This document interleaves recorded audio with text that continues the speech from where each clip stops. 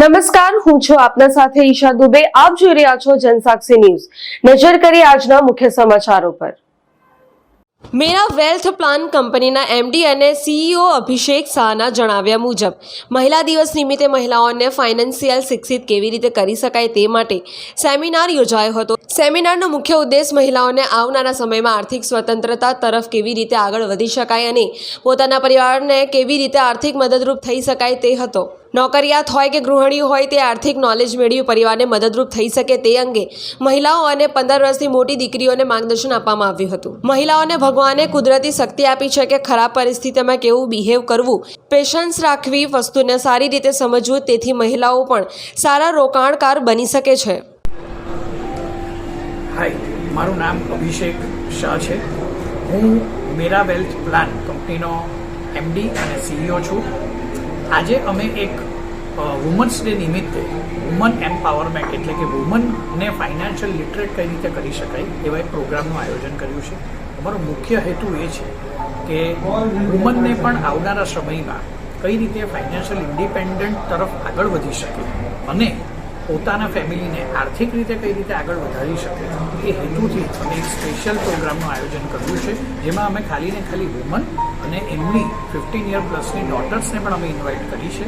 અને અમારો હેતુ એક જ છે કે જેટલી પણ વુમન અર્નિંગ હોય કે હાઉસવાઈફ હોય એ કોઈ પણ રીતે પોતાના ફેમિલીને આર્થિક રૂપે મદદરૂપ થઈ શકે અને જે ફાઇનાન્સનું નોલેજ એમને હોવું જોઈએ આવનારા લાઈફ માટે એ જરૂરી અમે પ્રોવાઈડ કરવાનો એક પ્રયત્ન આજે કર્યો છે. આ સેમિનારના મુખ્ય મુદ્દાઓ શું રહ્યા? સેમિનારના મુખ્ય મુદ્દાઓમાં અમે જે ફાઇનાન્શિયલ તકલીફો વ્યક્તિને આવનારા જીવનમાં પડી શકે એવું છે એવા મુખ્ય મુદ્દાઓને અમે કવર કર્યા છે. જેવું કે ઇન્ફ્લેશનની શું ઇફેક્ટ આવે છે, સેવિંગ અને ઇન્વેસ્ટમેન્ટ વચ્ચે શું ફરક છે, કયા કયા ફાઇનાન્શિયલ ધ્યેયો માટે આપણે સેવિંગ કરવું જોઈએ અને કયા કયા ફાઇનાન્શિયલ ધ્યેયો માટે આપણે ઇન્વેસ્ટમેન્ટ્સ કરવું જોઈએ અને એ કરવા માટે કયા કયા સાધનો ઇન્ડિયામાં અવેલેબલ છે એ વિશે અમે મૂળભૂત માહિતી આપવાનો પ્રયત્ન કર્યો છે. કેટલી મહિલાઓ સાથે આપણે આ કાર્યક્રમ આજે કર્યો? અમે અત્યારે 70 થી 80 મહિલાઓને અમે આમંત્રિત કરી છે અમારા પ્રોગ્રામમાં અને એક ફાઇનાન્શિયલ એજ્યુકેશન સેમિનાર તરીકે અમે આ પ્રોગ્રામનું આયોજન કર્યું છે. ઇન્વેસ્ટમેન્ટ અને મહિલાઓ એ બે વચ્ચેનું આ જે કોમ્બિનેશન તમે કર્યું છે એ વિશે પણ થોડું સમજાવો. જો એક છે ને તમને રિસર્ચ આપું, જે રિસર્ચ થયું છે અમેરિકામાં પણ એક રિસર્ચ કરવામાં આવ્યું છે કે ઇન્વેસ્ટમેન્ટની બાબતોમાં પુરુષો કરતાં મહિલાઓ ખૂબ જ સક્સેસફુલ છે. કારણ કે મહિલાઓને ભગવાને કુદરતી અમુક શક્તિઓ આપી છે, જેમ કે ખરાબ પરિસ્થિતિમાં સ્ટેબલ બિહેવ કરવું, પેશન્સ રાખવું, વસ્તુને સારી રીતે સમજવી. તો અમને એવું લાગે છે કે જો મહિલાઓ પણ આપણા ભારત દેશમાં સારું રોકાણ કરી શકે તો એક સારા રોકાણકાર બની શકે. તો અમારો ઉદ્દેશ્ય એ જ છે કે મહિલાઓને પણ એક સારા રોકાણકાર બનાવવા. અભિષેકભાઈ, તમે કેટલા વર્ષોથી આ ફિલ્ડમાં છો અને આપ ઇન્વેસ્ટમેન્ટના ભવિષ્યને આપ કેવી રીતે જુઓ છો? એમ વાત કરું તો હું 22 વર્ષથી ફાઇનાન્શિયલ એડવાઇઝરી અને વેલ્થ મેનેજમેન્ટના ફિલ્ડમાં છું. મેં પોતે ઇન્વેસ્ટમેન્ટ પર સુરતમાં બુક પણ લખી છે. તો મને એવું લાગે છે કે જે મોંઘવારીમાં આપણે જીવી રહ્યા છે, જે લાઇફસ્ટાઇલ એક્સપેન્સીસ આપણા થઈ રહ્યા છે, એ બધાને ધ્યાનમાં લઈને આવનારા સમયમાં ફાઇનાન્શિયલ પ્લાનિંગનું મહત્ત્વ ખૂબ જ વધવાનું છે. દરેક વ્યક્તિએ હવે જ્યાં બિઝનેસીસ ચેલેન્જમાં છે, જ્યાં જોબ ચેલેન્જમાં છે, ત્યાં રોકાણ દ્વારા જ વેલ્થ ક્રિએશન થઈ શકે એના પર ખૂબ જ ભાર આપવો પડશે અને અમે પણ એ બાજુ જ પ્રયત્ન કરી રહ્યા છીએ. એઝ અ ફાઇનાન્શિયલ એડવાઇઝર અમે લોકોને એજ્યુકેટ કરી રહ્યા છીએ કે કઈ રીતે તમે તમારું પોતાનું ફાઇનાન્શિયલ ભવિષ્યને સુરક્ષિત કરી શકો. સુરત શહેરના શહેરીજનોને શું મેસેજ પાઠવશો? સુરતના શહેરીજનોને મારો એક જ મેસેજ છે. વુમન્સ ડેના દિવસે સ્પેશિયલ એવું કહેવા માંગુ છું કે દરેક મહિલાએ હવે ફાઇનાન્શિયલ લિટરેસી તરફ નોલેજ વધારવું જોઈએ. એવું હવે નથી રહ્યું કે ફાઇનાન્સનો સબ્જેક્ટ ખાલી પુરુષોનો જ છે. આજનારા સમયમાં અમારું એવું માનવું છે કે મહિલાઓએ પણ ફાઇનાન્શિયલ લિટરેસી લઈને ફેમિલીને આર્થિક રીતે આગળ કઈ રીતે વધારી શકાય એમાં એમને પોતાનું જે કોન્ટ્રીબ્યુશન છે આપવું જોઈએ એવું અમારું માનવું છે.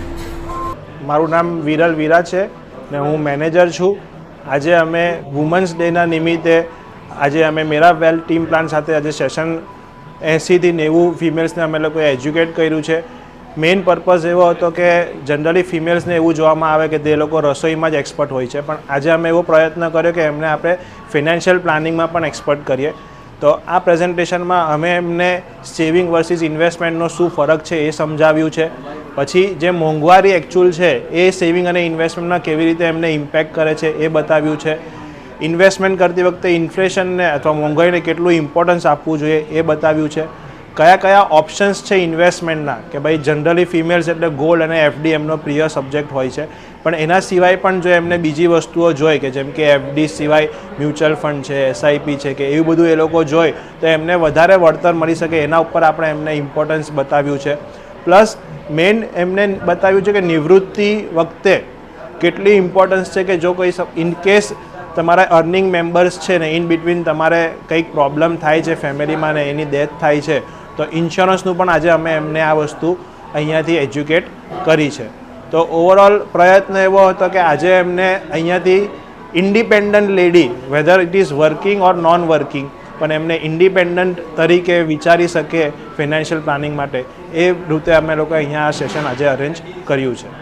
આજે આપણે આ સેમિનારની અંદર એસઆઈપી મ્યુચ્યુઅલ ફંડમાં મહિલાઓએ કેટલું ધ્યાન આપવું અને કેવી રીતે ઇન્વેસ્ટ કરવું એ વિશે આપણે શું સમજાવવાનું? જો આજે અમને એક એક્ટિવિટી એવી કરાવી કે તમે નીડ અને વોન્ટની એક્ટિવિટી કરો, કે તમે તમારો ખર્ચો લખો કે ક્યાં તમારે દર મહિને ખર્ચો થાય છે.